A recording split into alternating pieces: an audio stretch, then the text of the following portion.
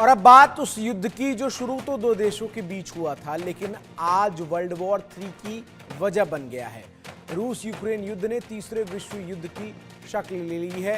ये किसी और का नहीं, यूक्रेन का कहना है। ऐसे में अब सवाल ये है कि आने वाले वक्त में कौन सा देश किसके साथ खड़ा होगा, किसका साथ देगा।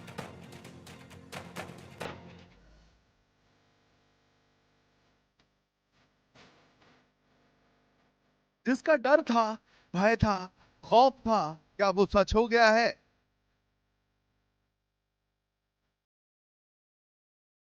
जिससे दुनिया सहमी हुई थी, वो हकीकत बन गया है।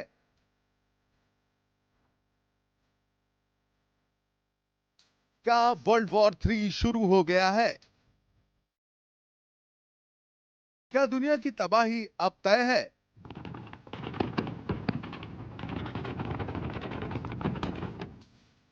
अमेरिका की इजाजत मिलने के बाद यूक्रेन ने रूस के खिलाफ बड़ा कदम उठाते हुए अमेरिकी ATACMS और ब्रिटिश स्टॉर्म शैडो मिसाइलों से हमला किया था।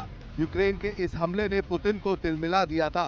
पुतिन की नाराजगी की ज्यादा वजह यह थी, जेलेंस्की की सेना ने जिस हथियार से रूस पर हमला किया, वो उसे पश्चिमी देश अमेरिका और ब्रिटेन से मिले थे। यूक्रेन के इस वार का पलटवार करने में रूस ने देरी नहीं की। 21 नवंबर को उसने यूक्रेन पर मध्यम दूरी की नई हाइपरसोनिक मिसाइल दागी। यह अपनी तरह का पहला हमला था। रूस के राष्ट्रपति व्लादिमीर पुतिन ने इस हमले की जानकारी देते हुए चेतावनी दी, नई मिसाइलों से और भी हमले हो सकते हैं। और अब यूक्रेन के पूर्व कमांडर इन चीफ और ब्रिटेन में वर्तमान राजदूत वालेरी जालुजनी ने दावा किया है, वर्ल्ड वॉर 3 की शुरुआत हो चुकी है। रूसी सहयोगियों के युद्ध में उतरने के साथ ही तीसरा विश्व युद्ध शुरू हो गया है।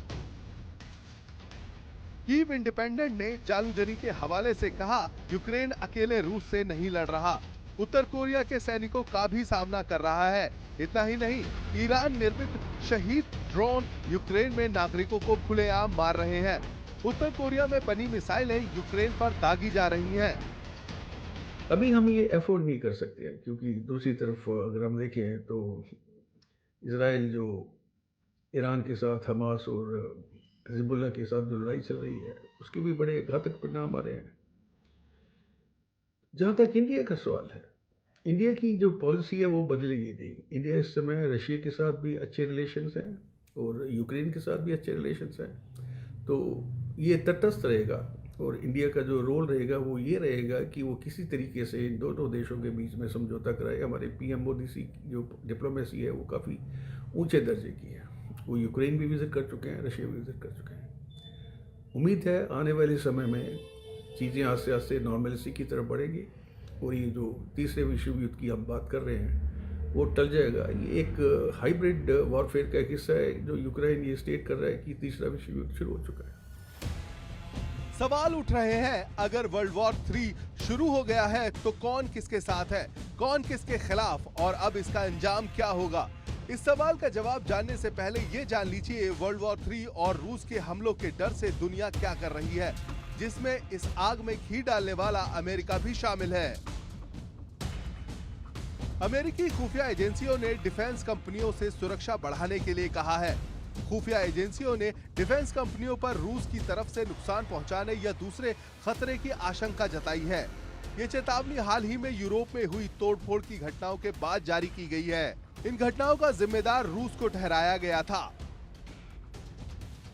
National counter intelligence and security centre की तरफ से जारी इस चेतावनी में उन कंपनियों को सतर्क रहने के लिए कहा गया है जो यूक्रेन जंग में रूस के खिलाफ हथियार मुहैया करा रही हैं।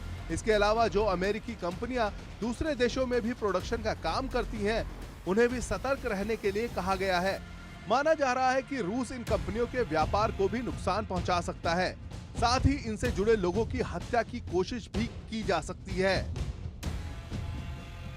अमेरिका और यूरोप के खुफिया अधिकारियों के मुताबिक रूस ने हाल में यूरोप की डिफेंस कंपनियों, लॉजिस्टिक्स और सैन्य ठिकानों को निशाना बनाकर तोड़फोड़ की घटनाओं को अंजाम दिया। रूस इन घटनाओं को अंजाम देने के लिए अपराधियों को किराए पर लेता है। ब्रिटेन और पोलैंड में आगजनी की घटनाओं में भी रूस शामिल था। इस महीने की शुरुआत में खुफिया अधिकारियों ने उत्तर अमेरिका की तरफ जाने वाले कार्गो प्लेन्स के जरिए आग लगाने वाले उपकरणों की तस्करी का भी आरोप लगाया था। जब अमेरिका रूस को लेकर इतना भयभीत है तो सोचिए उन देशों का क्या होगा जिनकी सीमाएं रूस से लगती हैं। नॉर्वे, स्वीडन और फिनलैंड ने अपने नागरिकों को जंग के लिए तैयार रहने को कहा है। फिनलैंड ने इस बारे में 18 नवंबर को गाइडलाइन भी जारी की है। स्वीडन और फिनलैंड ने हाल ही में नाटो की सदस्यता ली है। वहीं जर्मनी ने नाटो के 8 लाख सैनिकों को मोबिलाइज करने का प्लान तैयार कर लिया है। अब सवाल ये है कि अगर तीसरा विश्व युद्ध शुरू हो गया है तो कौन किसके साथ खड़ा है।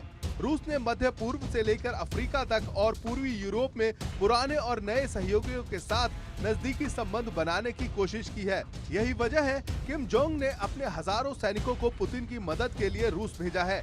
कुर्स्क क्षेत्र में उत्तर कोरियाई सैनिक रूसी सैनिकों के साथ लड़ रहे हैं। इसके साथ ही रूसी सेना तोपखाने और बैलिस्टिक मिसाइलों के लिए भी तेजी से उत्तर कोरिया पर निर्भर हो रही है। उत्तर कोरिया के अलावा चीन भी रूस के साथ है। चीन ने रूस के इस दावे का समर्थन किया है कि उसने पश्चिमी उकसावे के कारण 2022 में यूक्रेन पर हमला किया। मध्य पूर्व में अमेरिका का कट्टर विरोधी ईरान भी रूस के साथ है। ईरान ने रूस को बड़ी मात्रा में ड्रोन दिए हैं जिनका इस्तेमाल यूक्रेन के खिलाफ किया गया है। इसके अलावा रूस का सबसे करीबी सहयोगी बेलारूस और ईरान का सहयोगी सीरिया भी रूस के साथ है।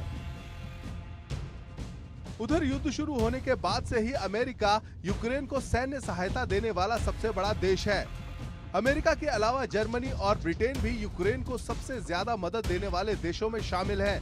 ब्रिटेन ने 7.8 अरब पाउंड सैन्य सहायता के लिए दिए हैं। इसके साथ ही ब्रिटेन टैंक और लंबी दूरी की मिसाइलें भी मुहैया करा रहा है।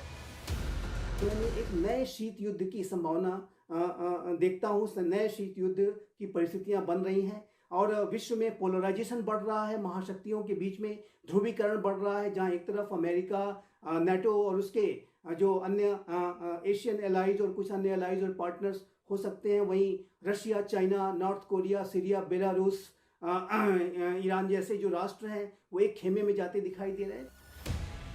ये वो देश हैं जो सीधे सीधे रूस और यूक्रेन का साथ दे रहे हैं और वर्ल्ड वॉर 3 की वजह बन रहे हैं।